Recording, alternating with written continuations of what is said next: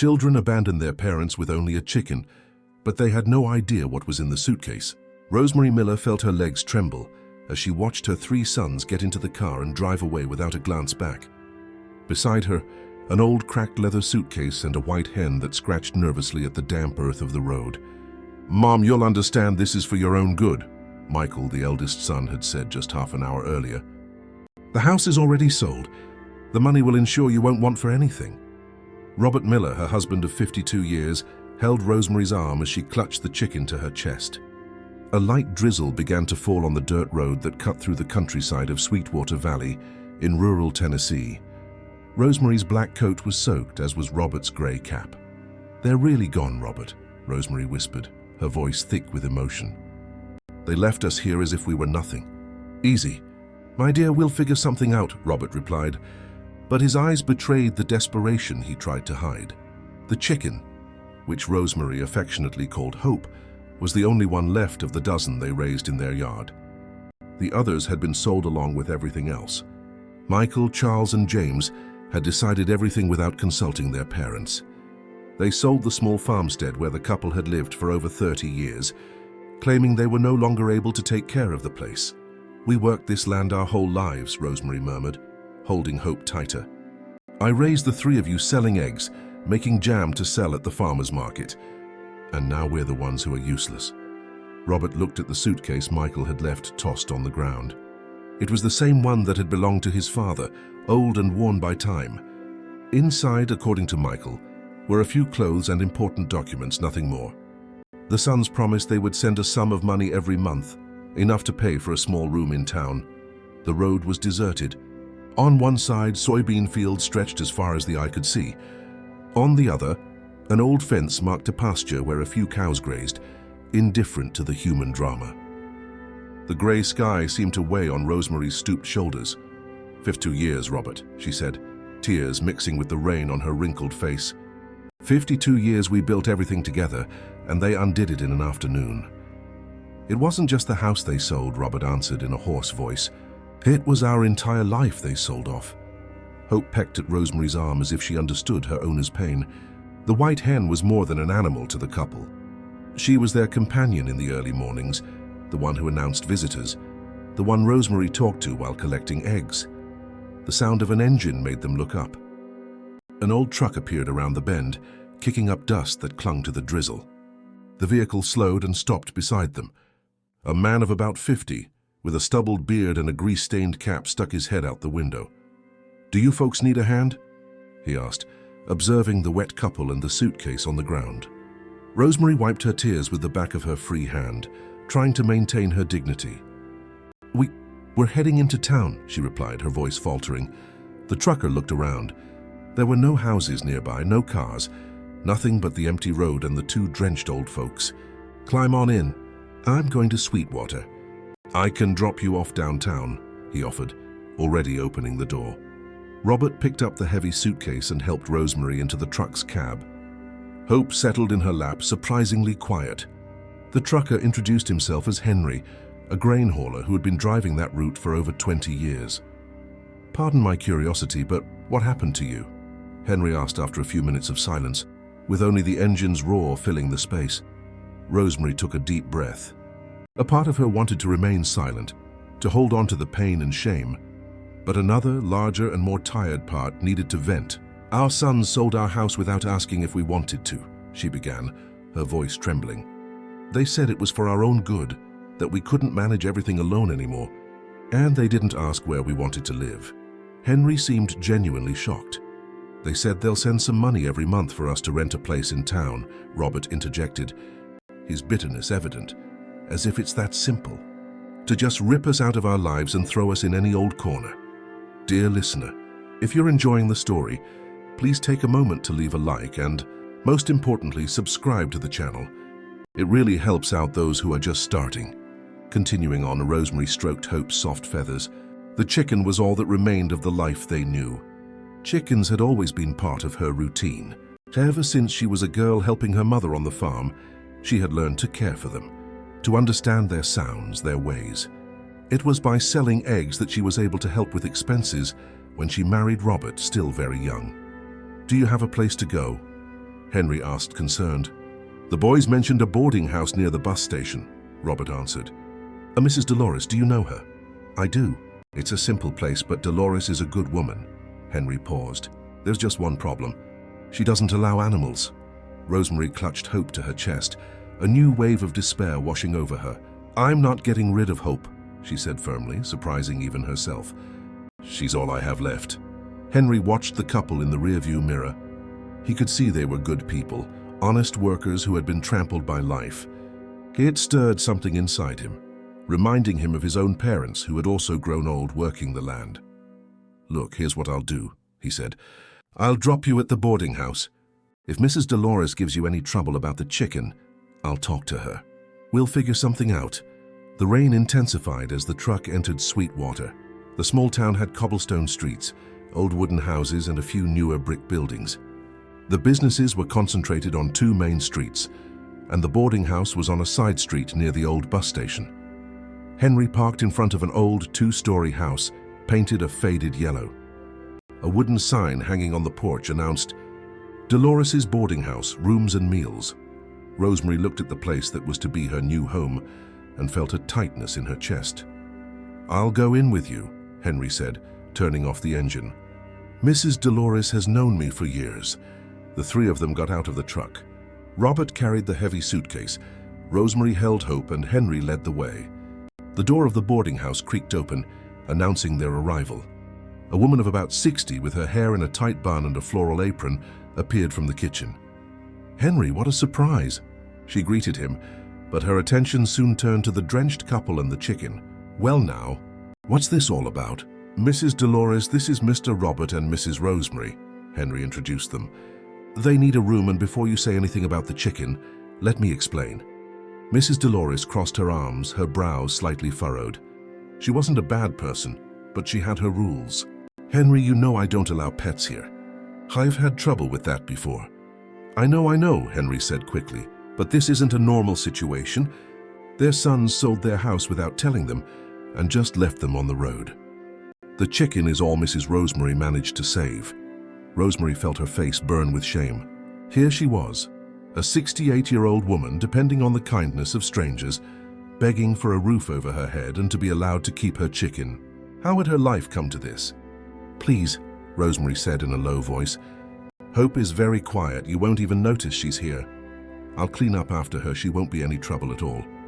Mrs. Dolores looked at the white-haired lady, soaked by the rain, holding a chicken as if it were a baby. Something about the scene touched her heart, despite the tough exterior she tried to maintain. The room is $100 a week, breakfast included, she said with a sigh. With the chicken, it's $120. We'll take it, Robert answered quickly before she could change her mind. But the chicken stays in the room, you hear? I don't want her scratching around the house, Mrs. Dolores added, already taking an old key from a hook on the wall. Henry helped carry the suitcase up to the room on the second floor. It was a small space, with an iron-frame double bed, an old wardrobe, and a window overlooking a backyard. The wallpaper was peeling in some corners, but it was clean. Thank you, son, Rosemary said to Henry, carefully placing Hope on the wooden floorboards. You were an angel today. Don't you worry, Mrs. Rosemary. Henry smiled, but there was sadness in his eyes. My parents were from the country too. I know how hard this transition is. He hesitated, then pulled a $50 bill from his pocket. Here, to help with expenses. No, young man, you don't have to, Robert tried to refuse, and I insist. Henry placed the money in Robert's hand. And listen, I pass through here every week. If you need anything, just let Mrs. Dolores know and she'll tell me. After Henry left, the couple was alone in the small room. The rain pattered on the roof, and Hope pecked curiously in the corners. Rosemary sat on the bed, finally allowing the tears to flow freely. What are we going to do, Robert? She sobbed. The money they're sending will barely be enough to pay for the room and food. Robert knelt in front of his wife, taking her wrinkled hands in his. We've always found a way, my dear, always. And we'll find a way again, he said. But his own voice wavered with uncertainty. Rosemary looked around the room. Her clothes were soaked. The old suitcase in the corner seemed as forlorn as they were, and Hope was the only familiar piece in this strange place. Remember when we got married? Rosemary said, trying to draw strength from memories. "We had nothing. We lived in that little room at the back of your parents' house, and you cried on the first night, saying you were afraid we'd starve." Robert smiled faintly, drying her tears with his thumb. "And you promised you'd work hard so we'd never lack for anything." Rosemary touched his face. "And you kept your promise, Robert. You worked all these years. And so did you. Waking up before the sun to bake, tending the garden, raising the chickens." Robert kissed her forehead. "We were a team, always." Hope jumped onto the bed, nestling between them as if wanting to be part of the moment. Rosemary stroked the chicken's feathers, finding comfort in the familiar gesture. "Let's open this suitcase. See what Michael put in there," Robert suggested, getting up. He dragged the old suitcase near the bed. The latches were rusted and he struggled to open them. When he finally succeeded, Rosemary's heart sank. Inside there were only a few of their old clothes. 2 pairs of pants for Robert, 3 simple dresses for Rosemary, undergarments, a coat. At the bottom, a white envelope. Robert picked it up and opened it with trembling fingers. It was a typed letter, cold and direct. "Dad and Mom, we made the decision to sell the farm because you are no longer in a condition to maintain it. The money from the sale will be invested to provide a monthly income of $800, which we will send on the 5th of every month. We hope you understand it was for your own good. Do not try to contact us or cause problems. As everything was done legally, Michael, Charles, and James." Rosemary snatched the letter from Robert's hands and tore it into small pieces, her anger finally overcoming her sorrow. $800, she cried. "They think we can live on $800 a month and then tell us not to cause problems as if we're disobedient children." Robert had never seen his wife so incensed.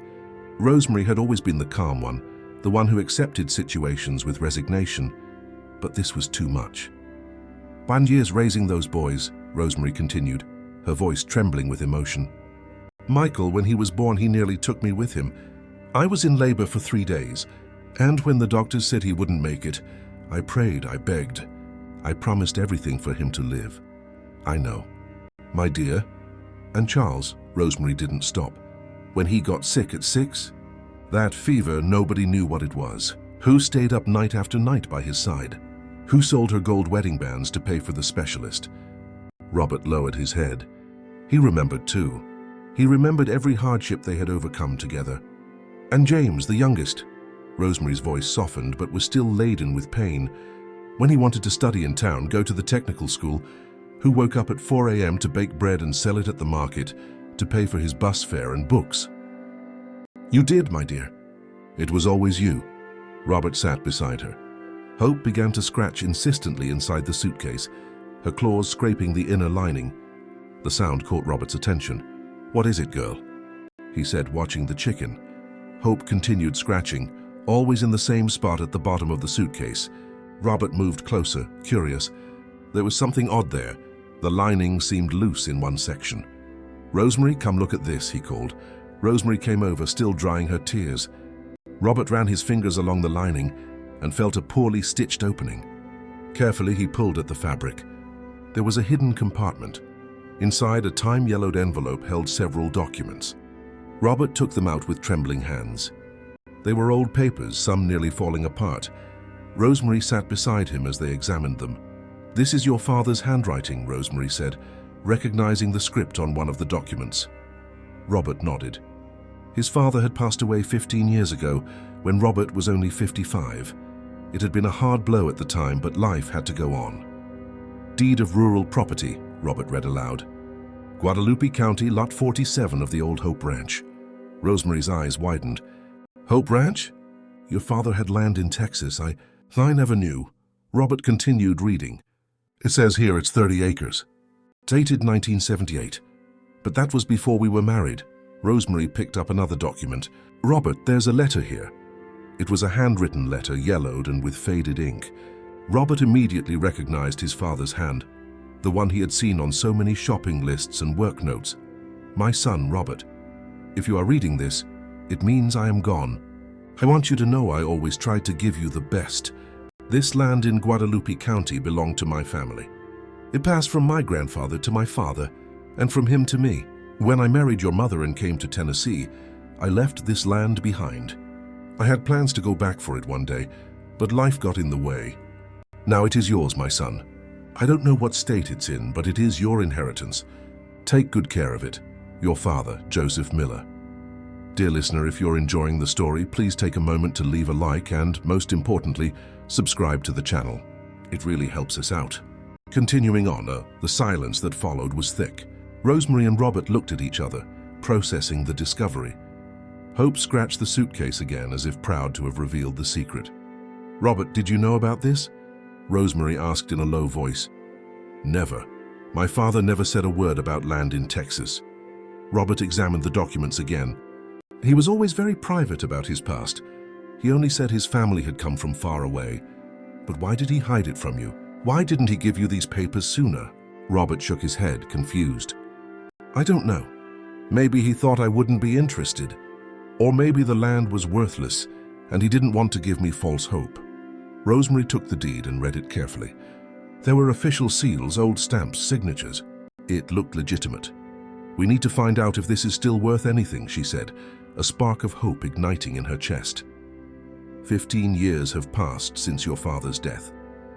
The land might not even exist anymore, or someone might have taken it over.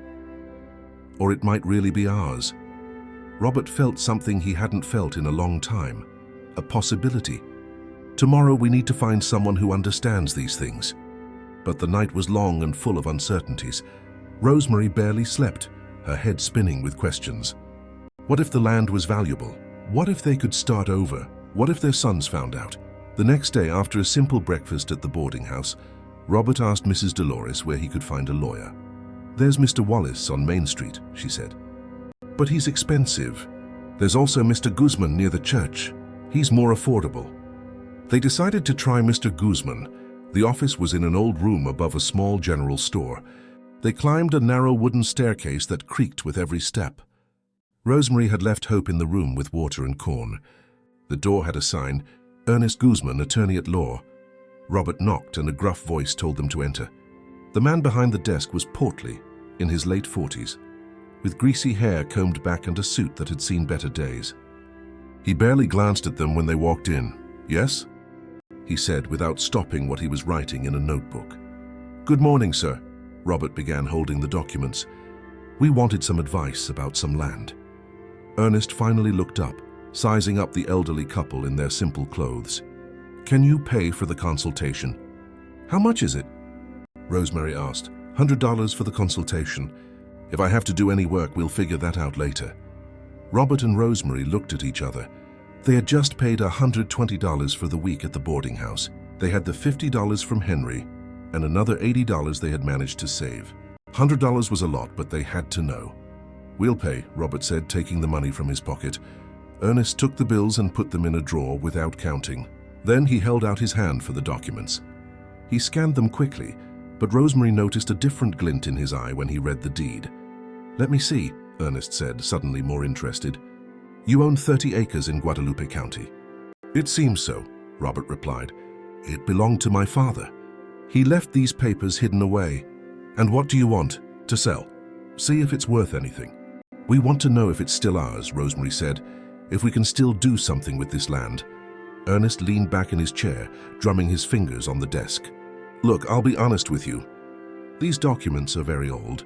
It'll take work to verify if they're still valid, if there are no pending debts, if someone hasn't occupied it, things like that. And it will also cost money. How much? Robert felt his heart sink. About $2,000–3,000 to do all the checks, file with the proper agencies, that sort of thing. Ernest shrugged. But I can do something for you. I can keep these documents, do the checks on my own dime. If it pans out and the land is worth something, we split it 50-50. What do you think? Rosemary felt a knot in her stomach. That didn't seem right. 50-50? She repeated. But the land is ours.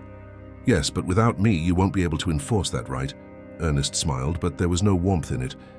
Take it or leave it. We need to think about it, Robert said, reaching for the documents. But Ernest was faster. He closed his hand over the papers. You've thought enough. Either you trust me and we have a deal, or you leave and forget about this land. Give us back our documents. Rosemary's voice was firm, surprising even herself. "What documents?" Ernest gave a cynical smile. "You came in here with nothing." "I didn't see any documents." Robert felt anger rise, hot and urgent. He stood up abruptly. "Why, you thief! Give us back what's ours. Get out of my office before I call the police." Ernest also stood, reaching for the phone. It was then that something unexpected happened. The door burst open and Hope flew in, flapping her wings and cackling loudly. The chicken went straight for Ernest, pecking his hands furiously. "What the devil is this?" Ernest yelled, dropping the documents to defend himself from the enraged chicken. Rosemary didn't waste a second. She grabbed the papers from the desk, while Robert snatched Hope. The two of them ran out of the office down the stairs as fast as their elderly legs would carry them. "Come back here, you thieves!" Ernest shouted from the window, but they were already on the street, disappearing among the shoppers. They only stopped running when they reached a distant town square, out of breath and with their hearts pounding. How did Hope get out of the room?" Rosemary asked, holding the chicken, who was now calm. "I don't know, but she saved us." Robert checked the documents. They were all there. "This chicken must be an angel." Rosemary hugged Hope tightly. "You're my clever girl," she whispered to the hen. "You knew that man was bad, didn't you?" They sat on a park bench trying to catch their breath. It was late morning and the sun had finally come out, drying the puddles from the previous day's rain. "Now what?" Rosemary asked. "We can't trust anyone. There must be someone honest in this town." Robert looked around. The square was simple, with a few wooden benches, an old church on one side and a gazebo in the center. A gentleman of about 70, well dressed in slacks and a button-down shirt, approached them. He wore gold-rimmed glasses and had neatly combed white hair. "Pardon the intrusion," he said in a polite voice, "but I couldn't help but notice your hurry. Is everything all right?" Rosemary and Robert exchanged a cautious look, but there was something in the man's eyes that inspired trust. "We had a problem with a lawyer," Robert said, deciding to take a chance. The man sighed and shook his head. "Was it with Guzman, I imagine?" "I've heard many stories about him." He extended his hand. "My name is Edward Wallace. I'm an attorney as well." "Wallace," Rosemary remembered the name Mrs. Dolores had mentioned. "We've heard of you." "I hope good things," he smiled kindly. "May I sit?" They made room on the bench and Edward sat down, adjusting his trousers first. "So Guzman tried to cheat you?"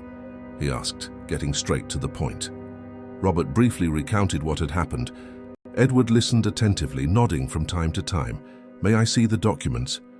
he asked. Rosemary looked at Robert, who nodded. They passed the papers to Edward.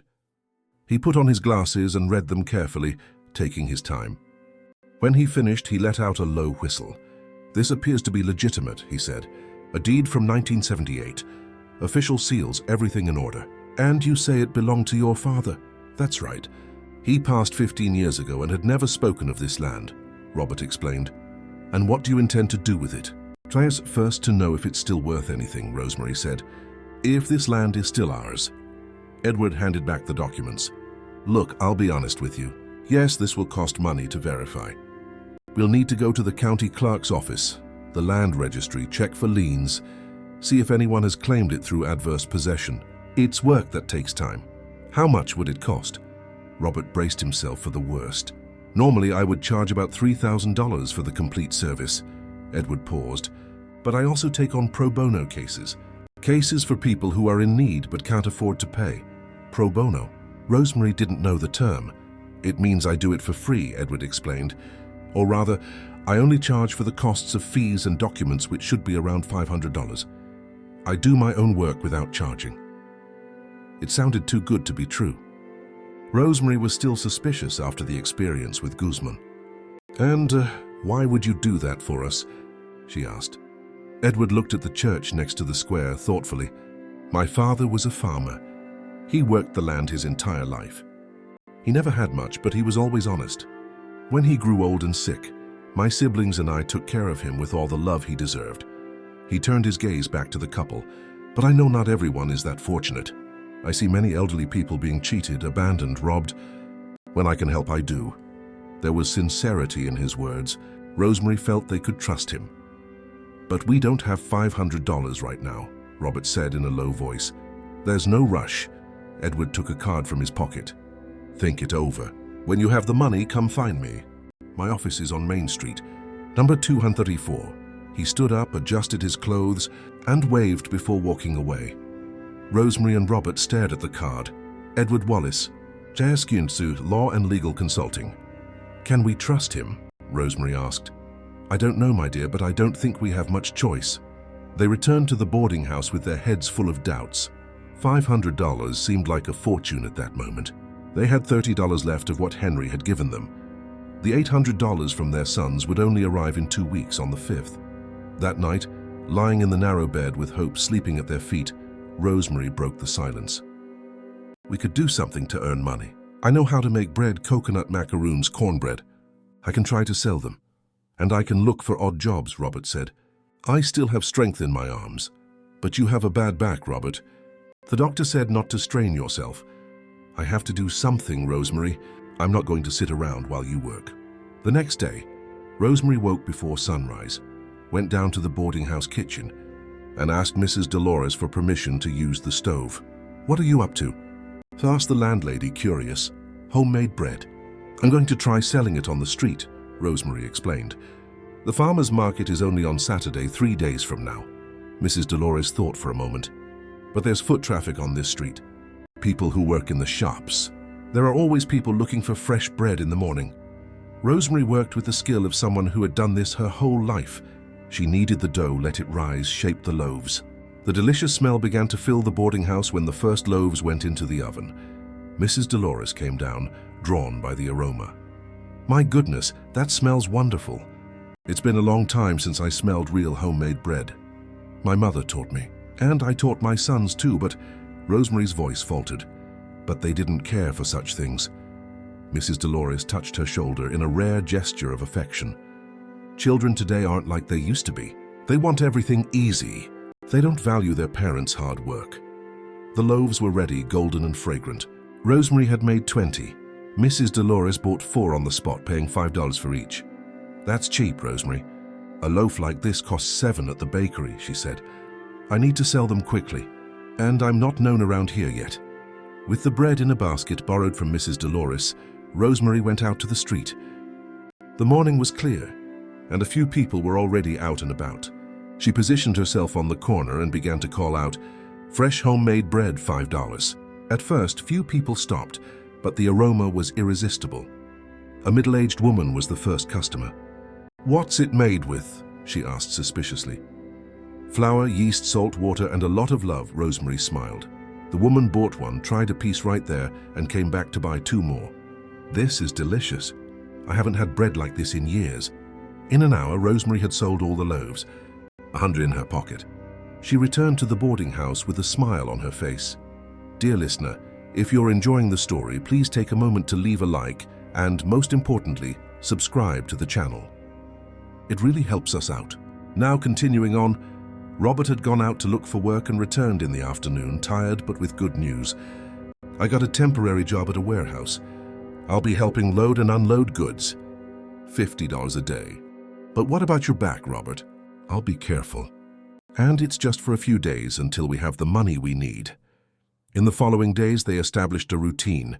Rosemary woke up at dawn, made bread, and sold it in the morning. Robert worked at the warehouse in the afternoon. Hope stayed in the room. But sometimes Rosemary took her along, and the white hen started to become a familiar sight on the street. Look, it's the bread lady with the chicken, the children would say. People began to wait for Rosemary every morning. Some placed orders for the next day. She started making cornbread and coconut macaroons too, which sold well.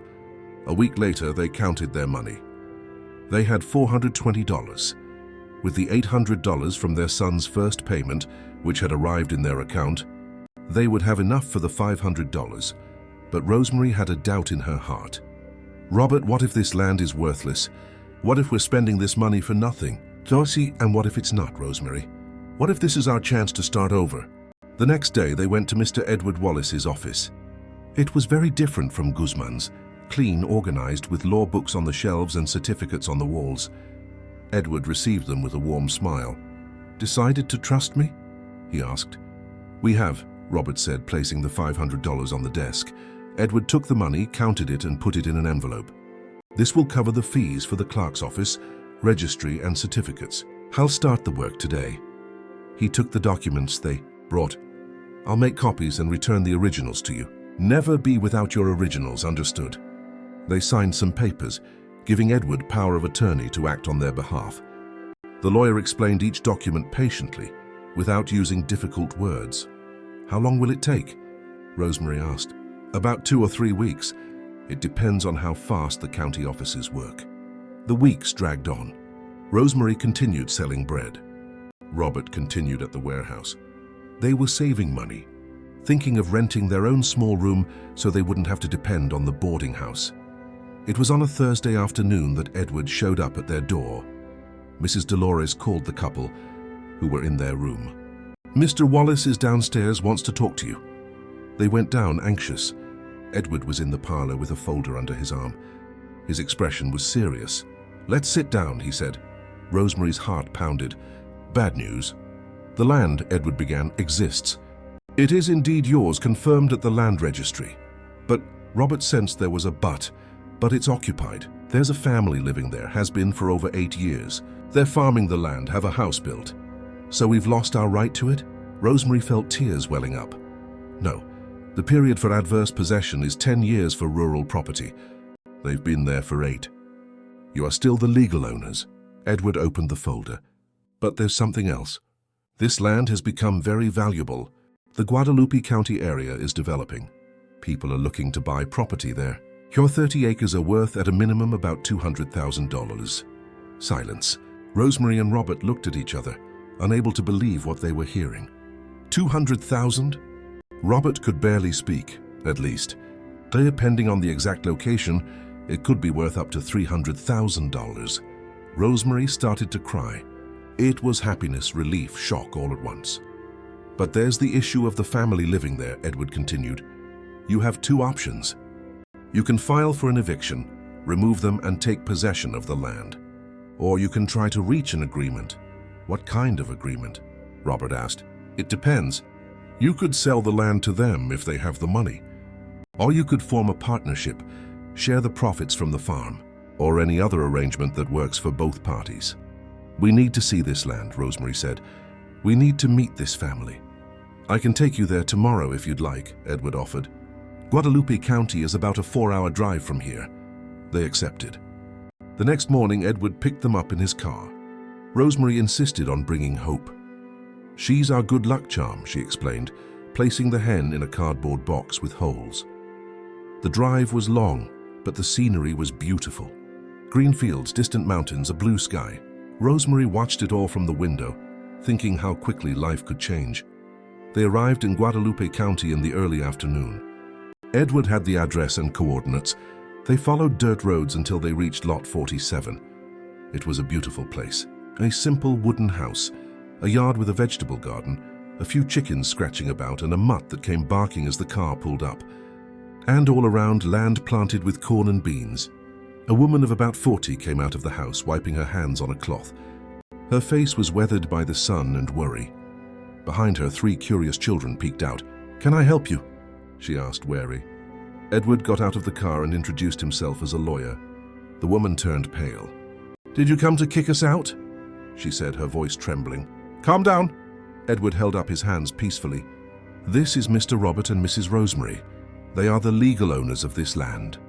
The woman leaned against the doorframe, her legs weak. "For the love of God, we have nowhere else to go. My husband is very sick. We've cared for this land for years. Care's all we have." Rosemary got out of the car, carrying Hope. She approached the woman. "What's your name, dear?" Lucy Hernandez." "Lucy, we didn't come here to kick anyone out of their home," Rosemary said gently. "We just wanted to see the place." Lucy wiped her tears with the back of her hand. "My husband, Sebastian, found this land abandoned. We didn't know it had an owner. We thought it was public land. We started planting, built the house with our own hands." "How long ago?" Robert asked. "Out years. 8 years of very hard work. May we come in?" Rosemary asked. "We'd like to talk." Lucy hesitated but eventually agreed. The inside of the house was simple but clean. Old furniture but well kept. A thin man, about 45, was lying on a sofa. His face was pale and his breathing was shallow. "Sebastian, we have visitors," Lucy said. The man tried to sit up but couldn't. Rosemary approached him. "Stay down, son. You don't need to get up." "Who are you?" Sebastian asked in a weak voice. "I'm Rosemary.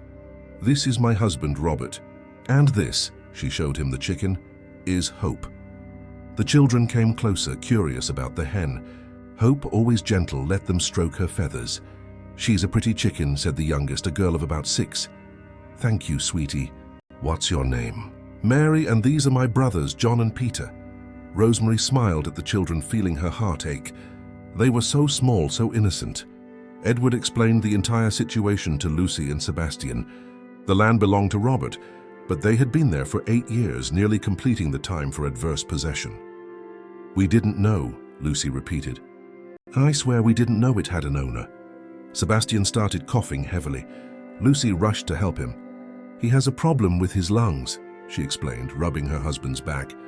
"This cough started a few months ago and won't go away. We went to the local clinic, but they said he needs tests the clinic can't do and we don't have money to pay for a specialist." Rosemary looked around. She could see they were a family of honest workers whom life had dealt a difficult hand. She remembered her own sons, how they had treated her and Robert, and here was this family fighting to survive. "What do you grow?" Robert asked. "Corn, beans, some vegetables," Lucy answered. "We sell a little at the town market. It's not much, but it's what we can do." "And if the harvest is good, will it be enough for Sebastian's treatment?" Rosemary asked. Lucy lowered her head. "We were hoping for the corn harvest. If it sells well, maybe it will be enough for at least some of the tests." Rosemary and Robert looked at each other. There was something about this family that touched them deeply. Perhaps it was seeing their honest effort, the love between them, the care for their children, everything their own sons had failed to show. "We need to talk," Rosemary said to Edward. They stepped outside. The children had taken Hope to see the other chickens in the yard. "Mr. Wallace," Rosemary began, "we don't want to kick this family out." "But Rosemary, this land is worth a lot of money," Edward reminded her. "I know, and we need that money too." She looked at Robert, who nodded. "But not like this. Not by taking the roof from over the heads of a family with small children and a sick father." "What do you want to do then?" Robert explained. "We're thinking of a partnership. They continue to work the land. We come in as the owners. We split the profits 50-50, and we help with Sebastian's treatment." "That's very generous of you," Edward said. "It's not generosity," Rosemary corrected. "It's doing what's right." They went back inside and explained the proposal to Lucy and Sebastian. The woman began to cry with emotion. "You would do that for us? But we're strangers to you." "You're strangers today," Rosemary said, "but you could be partners and maybe even friends." Sebastian, despite his weakness, extended his hand to Robert. "We accept. And we'll work hard, you'll see." "I don't doubt it, son." Edward drew up a partnership agreement. It was established that Lucy and Sebastian would have the right to live on and work the land. The profits would be split 50-50. Robert and Rosemary would help with Sebastian's medical expenses. In the following days, they returned to Sweetwater Valley, but now with renewed hope. With their share of the profits from the upcoming harvest, they would have an income. Not a lot, but enough to live with dignity. However, life had more twists in store. 2 weeks later, Robert received a call on their old cell phone. It was Michael, the eldest son. "Dad, I heard you found some land." Robert's heart froze. How had Michael found out? "Who told you that?" "Cousin Junior. He lives near Guadalupe County and saw you there. He said there was talk in town about the miller's land." Robert closed his eyes. Junior, the son of a brother he had lost touch with years ago. "And what do you want, Michael?" "Come on, Dad, we're your sons. We have a right to the inheritance too." "Inheritance? You sold our house without asking. You left us on the street like dogs, and now you want to talk about inheritance?" "It wasn't like that, Dad. We did what was best for you." "Best for you, you mean?" Robert hung up the phone. Rosemary had overheard the conversation. Her face was pale. "They're going to come after us, Robert." "I know they will." And they did. 3 days later, the 3 sons showed up at the boarding house. Michael, Charles, and James. They walked in without knocking, heading straight up to their parents' room. "Mom, Dad, we need to talk," Michael said as if nothing had happened. "About what?" Robert was sitting on the bed, Rosemary beside him, holding Hope. "About that land in Guadalupe County," Charles said. "We have a right to a part of it." "You have no right to anything." Rosemary stood up, her voice firm. "That land belonged to your grandfather, who left it to your father. There's nothing of yours in it." "The law says otherwise, Mom." James pulled some papers from his pocket. "We consulted a lawyer. As his children, we have a right to our father's inheritance. But I'm still alive," Robert shouted. "Or have you already buried me and forgot to tell me?" "Dad, don't be dramatic," Michael said. "We just want what's fair. A third for each son. And what are we left with?" Rosemary felt tears of anger. "You've already taken everything. Our home, our life, our dignity. And you still want more. Look, let's make this easy." Charles opened a folder. "We're willing to take just half.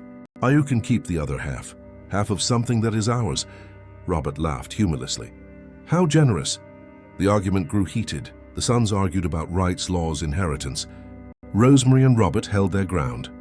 It was then that Hope, who was in Rosemary's lap, suddenly struggled and escaped.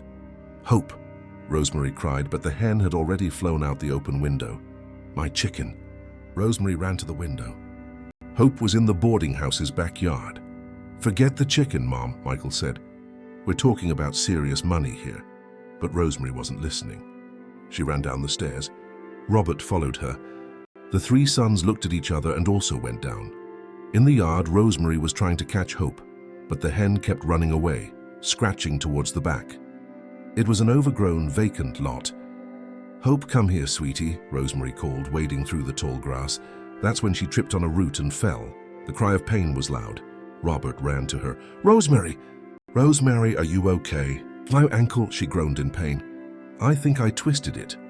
Robert looked back, expecting his sons to come help, but what he saw made his blood boil. Michael, Charles, and James were standing at the back door of the boarding house, arguing among themselves. "We should help," James was saying. "Let Dad handle it." "Oh, we need to focus on the land," Michael replied. "But she could be really hurt," Charles seemed hesitant. "So what? That doesn't change anything about our right to the inheritance." Robert couldn't believe what he was hearing. His own sons arguing about money while their mother was on the ground injured. "Monsters!" he yelled at them. "Go away! Get out of here and don't ever come back." It was Mrs. Dolores who came to help. She and Robert helped Rosemary inside. Her ankle was swollen and bruised. "You need to see a doctor," Mrs. Dolores said. "I'll call a cab." "I'll take her," said Henry, the trucker, who had just arrived to pick up something he'd left at the boarding house. They took Rosemary to the emergency room. The three sons had left, but not before Michael left a message with Mrs. Dolores. "We'll be back with a lawyer." At the hospital, after an X-ray, they found that Rosemary had fractured her ankle. She would have to be in a cast for 6 weeks. "Don't cry, my dear." Robert held her hand. "We'll figure it out. Hope," Rosemary sobbed. "I lost my hope. We'll find her when we get back to the boarding house. We'll find her." But they didn't have to. When they returned, it was already night, and there at their bedroom door, Hope was waiting for them. The chicken ran to Rosemary and nestled in her lap, as if apologizing for the worry. "You came back." Rosemary hugged the chicken. "My clever girl came back." That night, lying in bed with Rosemary's leg in a cast and Hope at their feet, Robert made a decision. "Tomorrow we're going to see Mr. Wallace. We're going to tell him about the boys, see what they can really do." The next morning, they went to Edward Wallace's office. Rosemary on crutches, Robert carrying Hope. Edward listened to the whole story about the sons showing up, about Rosemary's fall, about their contempt. "Look, legally, they're right about one thing," Edward said, choosing his words carefully. "When you pass away, Robert, your assets will be divided among Rosemary and the three sons." "That's what the law says. But I haven't passed away yet." Robert slammed his hand on the desk. "This land is mine. I can do whatever I want with it." "Exactly. And that's what I suggest. You can gift half of it to Rosemary while you're alive. That way, when you pass, only your half enters the probate. The rest is already hers. And the boys will have a right to a portion of the half that enters probate, but it will be much less than what they're demanding now."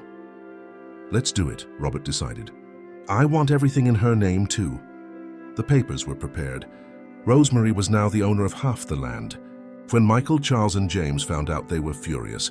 "This is an illegal maneuver." Michael shouted, storming into Mr. Wallace's office. "It's completely legal." Edward remained calm. "Your father has every right to dispose of his property as he sees fit while he is alive. We'll see you in court." Do that.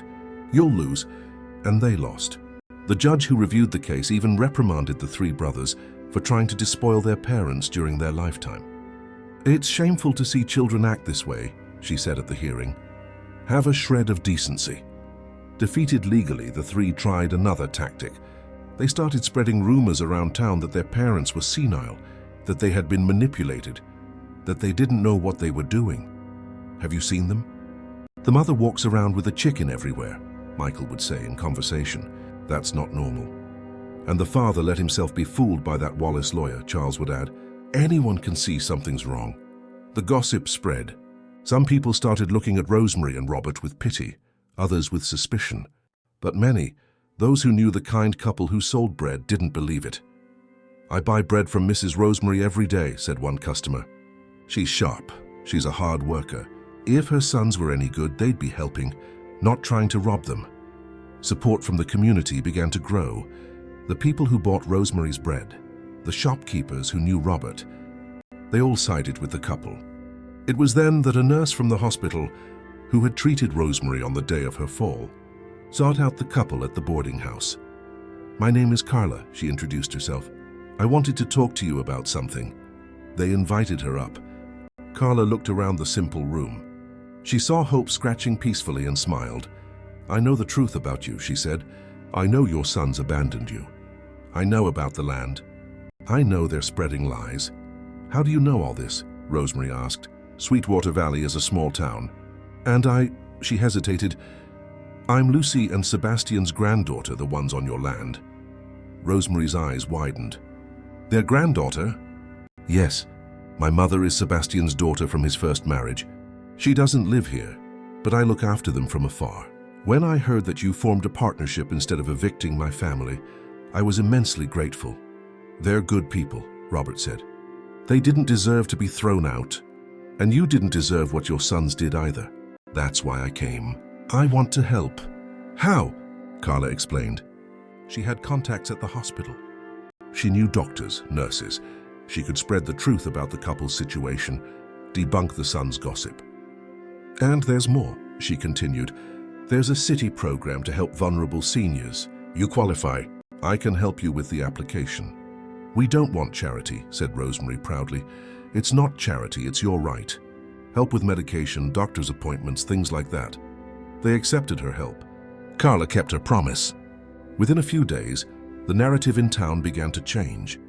People understood that the sons were the villains, not the parents.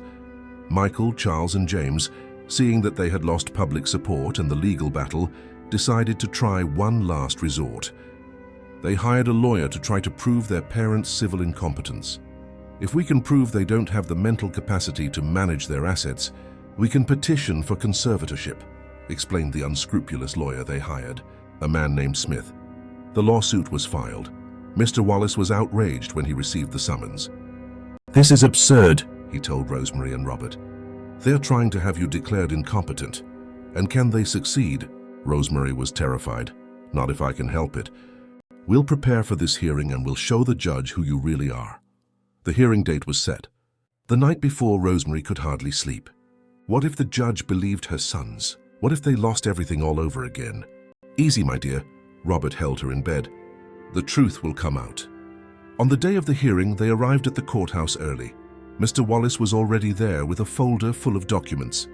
But they weren't alone. Mrs. Dolores was there. Henry, the trucker. Carla, the nurse. The customers who bought Rosemary's bread. The owner of the warehouse where Robert worked. Dozens of people who knew the couple.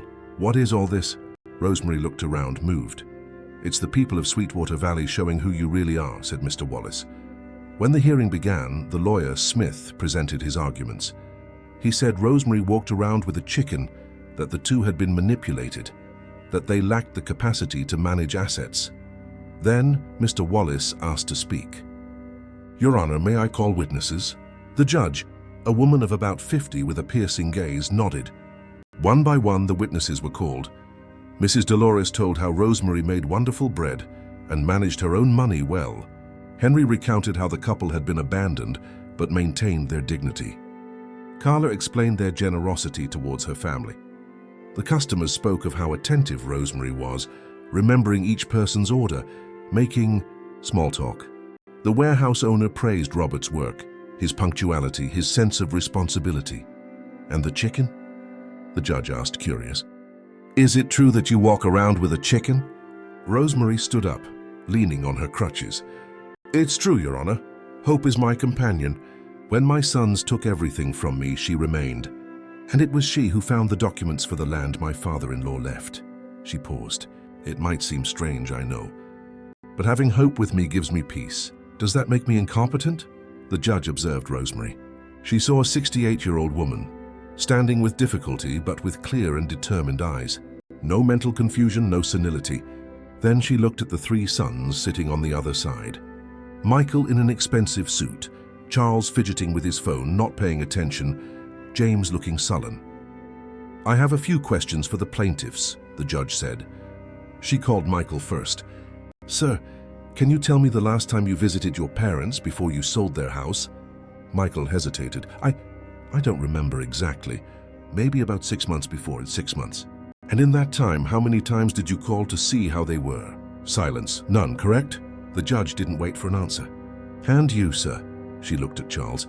"Did you contribute financially to your parents before selling their house?" "They didn't need it," Charles defended himself. "That's not what I asked. I asked if you helped." "No, but sufficient." The judge made a few notes. "And you, the youngest. James, correct?" "Yes, Your Honor."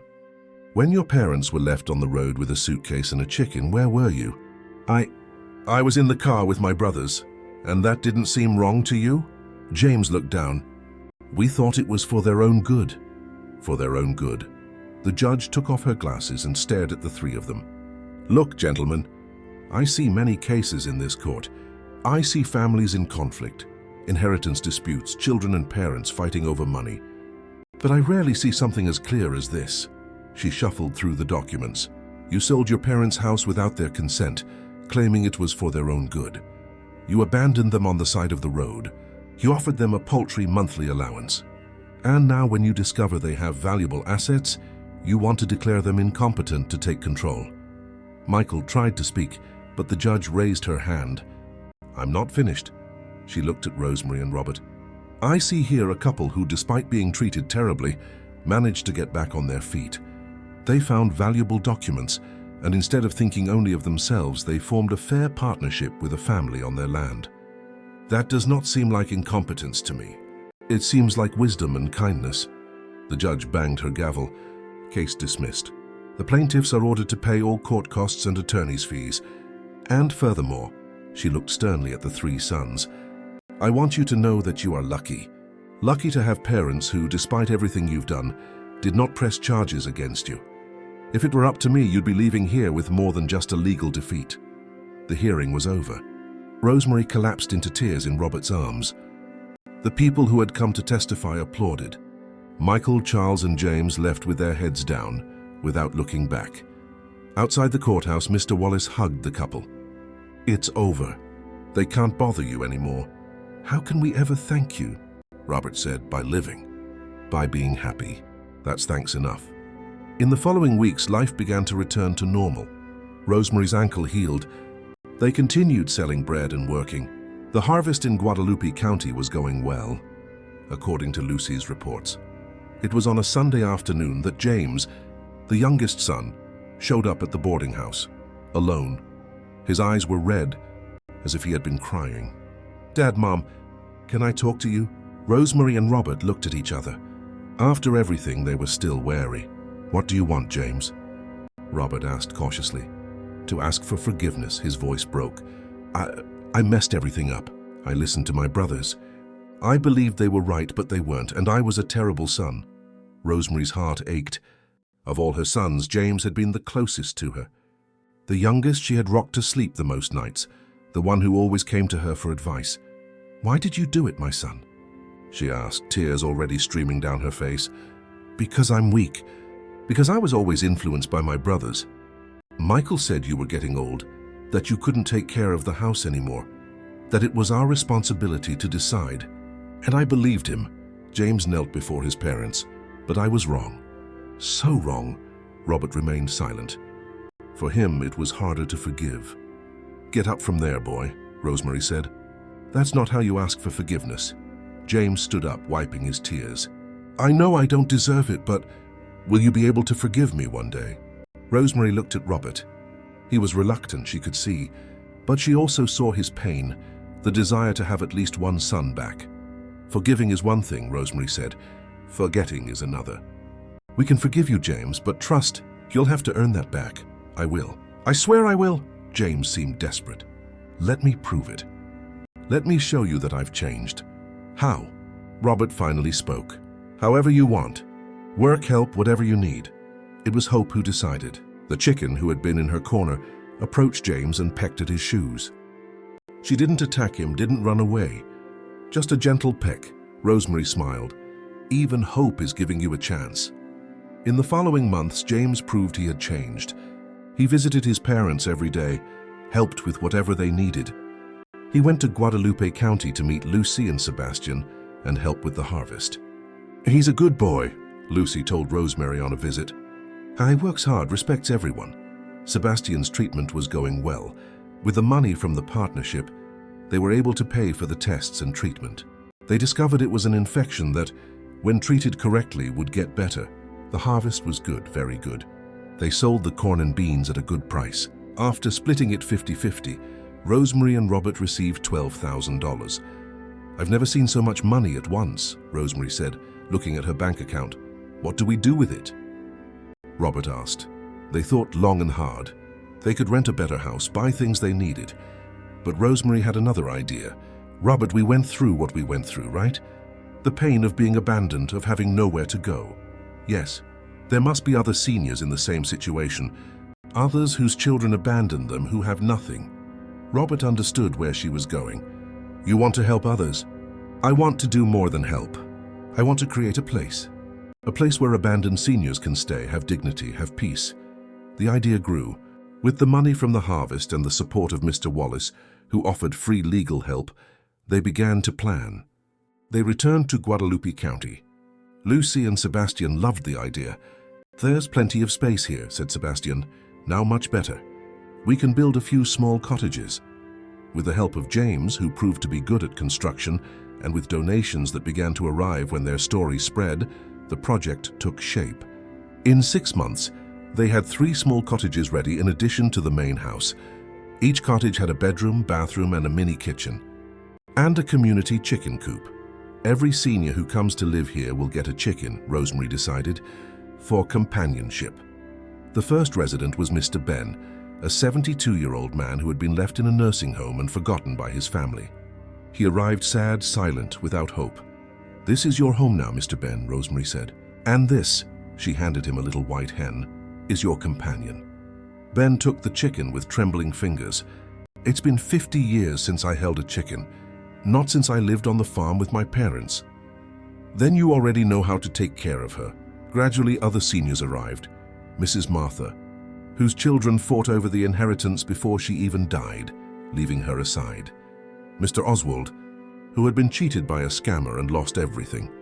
Mrs. Teresa, abandoned at a bus station by her daughter-in-law, who no longer wanted to care for her. Each received a cottage and a chicken. The place was named Hope's Refuge in honor of the hen who had changed everything. The story began to spread. Local newspapers ran features. A TV station sent a crew to do a report. "Oh, we're here at Hope's Refuge," the reporter said. "A place created by an elderly couple who were abandoned by their own children, but transformed their pain into love to help others in the same situation." The report aired on the evening news. Thousands of people saw it. And among them, Michael and Charles, the 2 older sons who had never repented. They saw their parents on television, saw the happiness on their faces, saw the good they were doing. And they saw James there too, helping, smiling, being a real son. "We messed up badly," Charles said to Michael. Messed up is an understatement. We were monsters. But their pride was greater than their regret. They didn't contact their parents. They just moved to another city, too ashamed to face what they had done. The report brought something unexpected: donations. People from all over the country sent money, building materials, offered to volunteer. "Look at this, Robert." Rosemary showed him her phone with messages. "There are people from New York, from Los Angeles, from all over who want to help." With the donations, they were able to build more cottages. The chicken coop grew. They created a community garden where the seniors planted together, a large kitchen where they prepared meals as a community. Mr. Ben, who had arrived silent and sad, now managed the chicken coop. He taught the others how to care for the chickens, told stories from his time on the farm. Mrs. Martha discovered she loved to cook and prepared lunch for everyone. Mr. Oswald tended the garden with care. Mrs. Teresa knitted little hats for the chickens, saying it was to keep them from getting cold. Hope's Refuge became a family, a chosen family, built not on blood but on shared love and pain. A year after the refuge was created, on Rosemary and Robert's 53rd wedding anniversary, they threw a party. All the residents participated. Carla the nurse came with her family. Mr. Wallace attended. Mrs. Dolores closed her boarding house for a day to be there. Henry the trucker showed up with a huge cake. "You changed my life," Henry said. "Seeing what you did inspired me. I started visiting nursing homes, taking fruit to the elderly there. And I convinced the hospital to do health clinics here," Carla added. "Once a month, doctors come to examine everyone for free." Mr. Wallace raised a glass. "A toast to Rosemary and Robert, who turned abandonment into shelter, who proved that age does not define one's capacity to love and help." Everyone toasted. Rosemary looked around.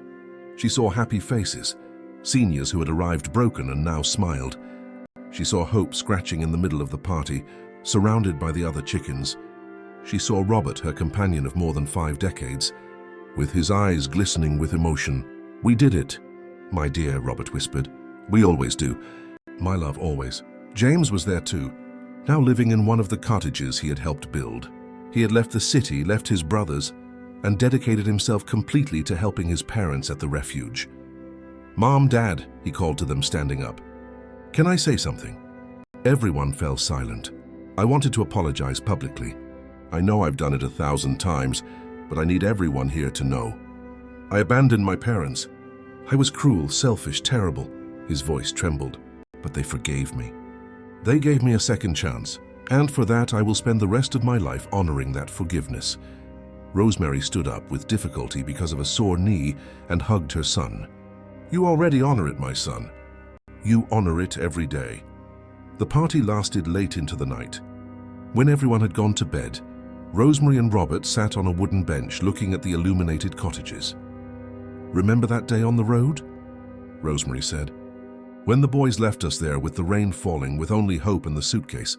How could I forget? I thought it was all over. I thought we had nothing left, that we were nothing." Robert took her hand. "And look at us now. Surrounded by people we love, doing good, living with dignity. You know what I've learned, Robert?" Rosemary squeezed his hand. "That sometimes you have to lose everything to find what really matters."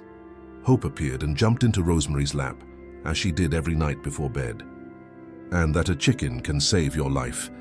Robert laughed, stroking Hope's white feathers. In the following months, the refuge continued to grow. They now had capacity for 15 seniors, each with their own story, each with their own chicken. That's when they received a letter. It was from a national organization for seniors' rights, saying they had won an award for social initiative. The prize included $50,000. $50,000! Rosemary couldn't believe it. "We can do so much with this." Robert was already thinking of the possibilities. They used the money to improve the facilities.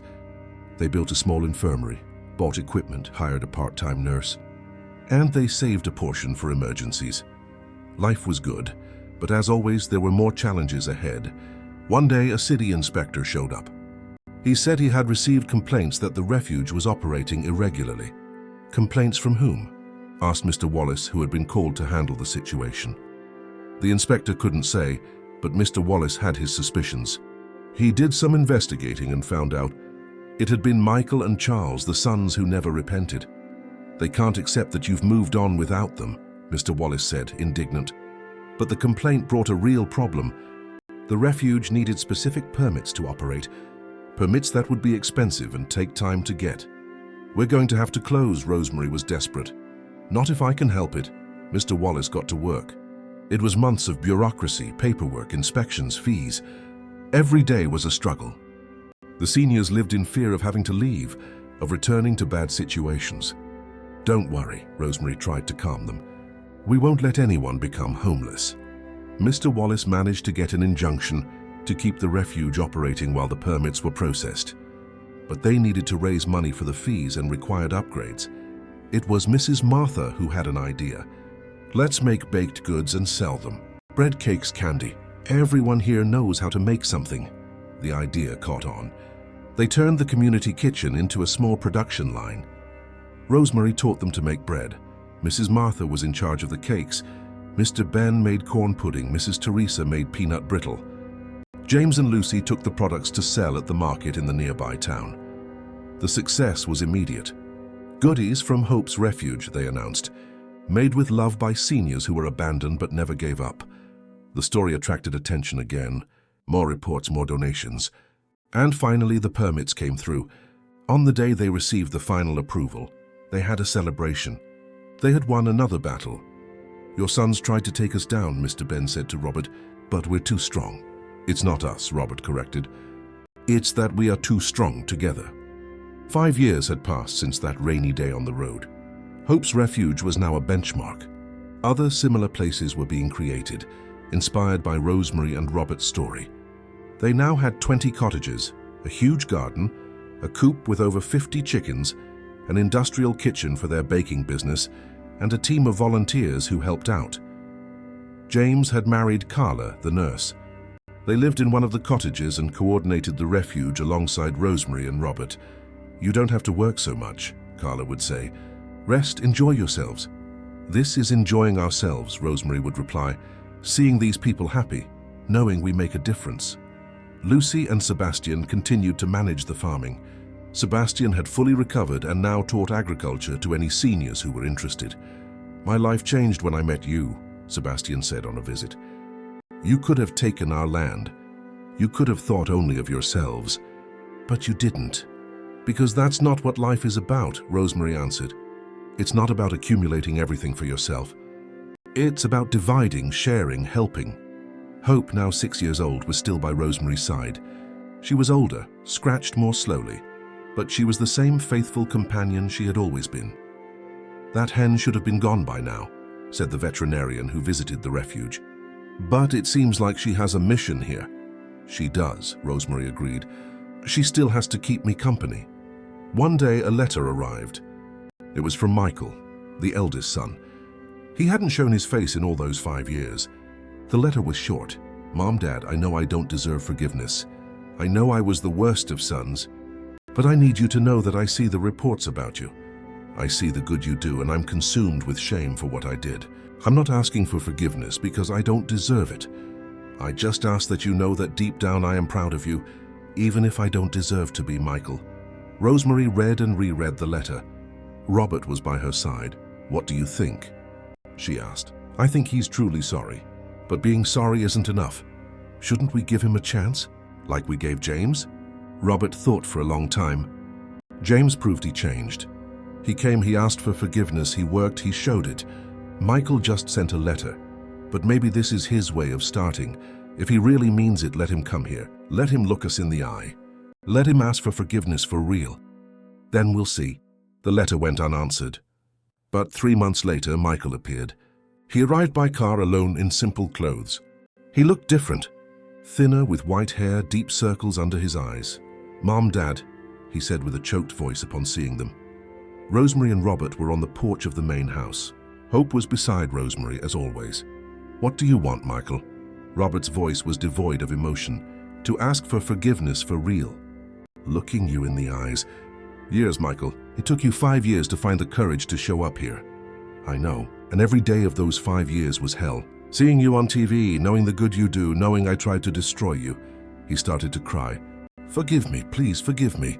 Rosemary looked at her son. She saw sincerity there, saw real remorse, but she also saw the pain he had caused. "Michael, you weren't just cruel. You were calculating. You planned to take everything from us. And when you couldn't, you tried to destroy us with complaints, with gossip. I know, Mom, I know everything. And I'll carry that for the rest of my life." And Charles? Is he coming? Robert asked. Michael shook his head. Charles is still the same. He wants nothing to do with you. I broke ties with him. I can't be around someone like that anymore, even if he is my brother. Hope came down from the chair and approached Michael. She pecked his shoes just as she had done with James years before. Rosemary watched. Hope doesn't peck just anyone, she said. Only those she feels have a good heart. I don't have a good heart, Michael sobbed. My heart is rotten. It was, Rosemary corrected. Your heart was rotten. But maybe it can change. Maybe it can still be fixed. Would you give me that chance? Robert and Rosemary looked at each other. It was hard, very hard. But if they had learned anything in all these years, it was about second chances. One chance, Robert said. Like we gave James, but you'll have to prove it with actions, not with words. Michael accepted. He started slowly. He came every weekend. He helped with whatever was needed. He didn't talk much, just worked. He carried heavy things, fixed things, cleaned. The other seniors at the refuge were suspicious of him. He's the bad son, isn't he? They would comment. But gradually, seeing his effort, they began to accept him. Mr. Ben was the first to give him a chance. Son, do you know anything about chickens? He asked one day. I learned when I was a boy. My mother taught me. Then come on. I need help in the coop. Working side by side, Michael began to open up. I ruined everything, Mr. Ben, out of greed, pride, real malice. But you're here now. You're trying to fix it. What if I run out of time? My parents are already 73 and 75. What if they go before I can redeem myself? Mr. Ben stopped and looked at Michael. Son, redemption isn't about the time you have. It's about what you do with the time you have left. If your parents were to pass tomorrow, they would know that you tried. And that's something. Months later, Michael had earned their trust. He came not only on weekends, but whenever he could. He helped financially, brought donations, used his contacts to get things for the refuge. He's really changed, James told his parents. I can see it in his eyes, Rosemary agreed. She saw something in Michael's eyes she hadn't seen before. Humility, genuine remorse, a real desire to make things right. It was on a Sunday afternoon that Rosemary called Michael to talk alone. Sit here, my son. Michael sat, his hands nervous. You've changed, Michael. I see it. Your father sees it. Everyone here sees it. Thank you for noticing, Mom. But I need to ask you something. And I want the truth about anything, Mom. Why did you change? Was it because you saw we were doing well and felt remorse? Or was it because you truly understood that what you did was wrong? Michael thought before answering. At first it was remorse, yes. Seeing you happy, doing good while I was miserable. But then, he swallowed hard, it was shame. Shame for who I was, and fear. Fear of dying as that horrible man. Fear that in the end I would have no one. Like the seniors here who were abandoned. I saw my future in them. I saw that if I continued on that path, I would be in their situation one day. Rosemary took her son's hand. You know what I've learned, Michael? That we always have a choice. You and your brothers chose to abandon us. You chose to try to destroy us afterwards. But you also chose to come back. You chose to change. And it's those choices that define who we are. Do you forgive me, Mom? For real? Rosemary looked into her son's eyes. She saw the boy he had been, full of dreams. She saw the man he had become, full of greed. And she saw who he was trying to be now, full of regret. I forgive you, my son, but you also need to forgive yourself. Because until you do, you'll remain trapped by who you were. Michael hugged his mother and cried like he hadn't since he was a child. He cried for the pain he caused, for the lost years, for the time that would never come back. But he also cried with relief, the relief of being forgiven. Robert saw the scene from a distance. He approached slowly. Dad. Michael stood up. Dad, Robert hugged him. It was all he needed to do. That night, for the first time in 5 years, they had dinner together as a family. Rosemary, Robert, James, Carla, and Michael. Hope scratched under the table, picking up fallen crumbs. You know what's missing? James said. Charles? Charles made his choice, Michael replied. I tried, but he doesn't want to change. And you? Robert looked at Michael. What are you going to do now? I want to stay. I want to live here, help at the refuge. If you'll let me. There's an empty cottage, Rosemary said. It's yours if you want it. Michael accepted. He left his life in the city, his corporate job, everything. He came to live at Hope's Refuge. In the following months, they formed a team. James handled the administration, Michael the maintenance and expansion, Carla the healthcare, and Rosemary and Robert the heart of the place, the welcoming spirit. The refuge continued to grow, not in size but in impact. People from other states came to visit, to learn, to replicate the idea.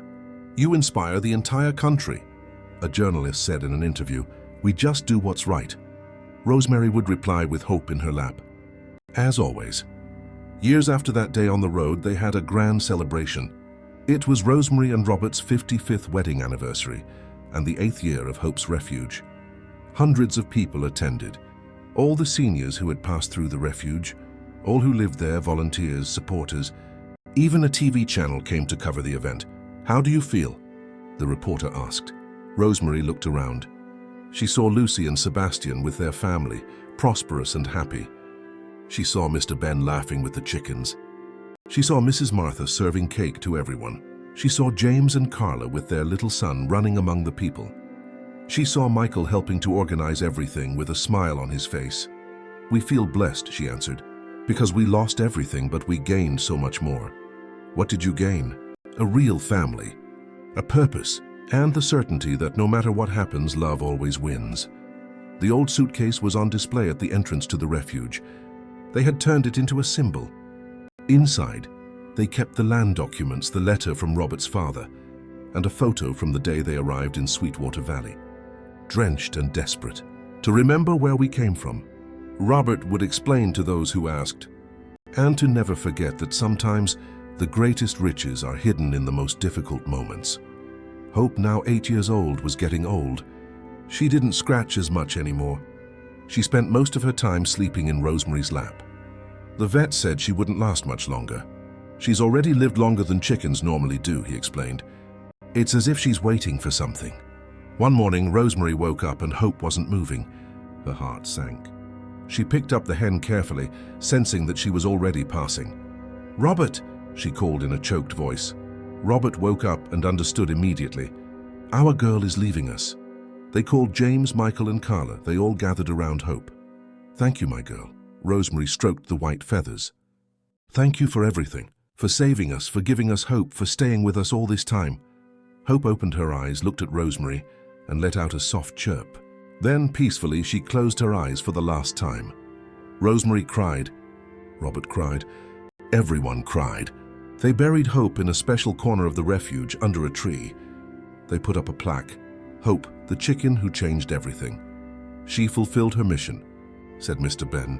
"She saved you, saved us, saved this place." In the following weeks, sadness gave way to peace. Hope had lived a long and happy life. She had made more of a difference than many humans. One day, a young white chick appeared at the refuge. No one knew where it came from. It just showed up and went straight to Rosemary. "Look at that," said James. "She looks just like Hope." "It's not Hope." Rosemary picked up the chick. "But maybe it's a sign that we must carry on." They named the new chicken Faith, and she became the new mascot of the refuge. The years went on. Rosemary and Robert grew older, more fragile, but they never lost the sparkle in their eyes. "Tired, my love?" Rosemary would ask. "Tired but happy," Robert would always reply. At 78 and 80, they decided to pass the management of the refuge completely to James and Michael. But they continued to live there, doing what they could. One afternoon, sitting on the same bench where they had sat so many times, watching the sunset over the refuge they created, Rosemary sighed. "It was worth it, wasn't it, Robert?" "Every second, my dear, every second. If you could go back to that day on the road knowing everything that would happen, would you do it all again?" Robert thought. "I would, because all of that brought us here. And here is where we were meant to be." Rosemary nestled against his shoulder. "I love you, my dear, from the first day until the last, and I love you even more." They sat there, watching Faith scratch in the yard with the other chickens, watching the seniors walk among the cottages, watching James and Michael work together. True brothers now. "We did it, Robert," Rosemary whispered. "We turned pain into love, abandonment into welcome, loss into gain. We always do, Rosemary, because we've always had each other." And there, on that bench, as the sun set and painted the sky orange and pink, two elderly people who had been abandoned but did not surrender. who lost everything but gained so much more, held each other, united by 55 years of love, by a shared struggle, by a victory won. Hope's refuge would continue. It would continue to welcome, to love, to help, because Rosemary and Robert had proven that it's never too late to start over. That age doesn't define the capacity to do good, and that sometimes the greatest blessings come from the deepest pain. And it all started with 3 sons who abandoned their parents on the road with just a suitcase and a chicken. But they had no idea what was in that suitcase. They had no idea of the strength of those parents. They had no idea that in trying to destroy, they had ended up creating something much bigger than themselves. End of story. And what did you think of this story? Do you think the sons deserved forgiveness? Would you do what Rosemary and Robert did, transforming pain into love to help others? Leave your sincere opinion in the comments. And don't forget to leave a like and subscribe to the channel so you don't miss other moving stories. Your participation makes all the difference.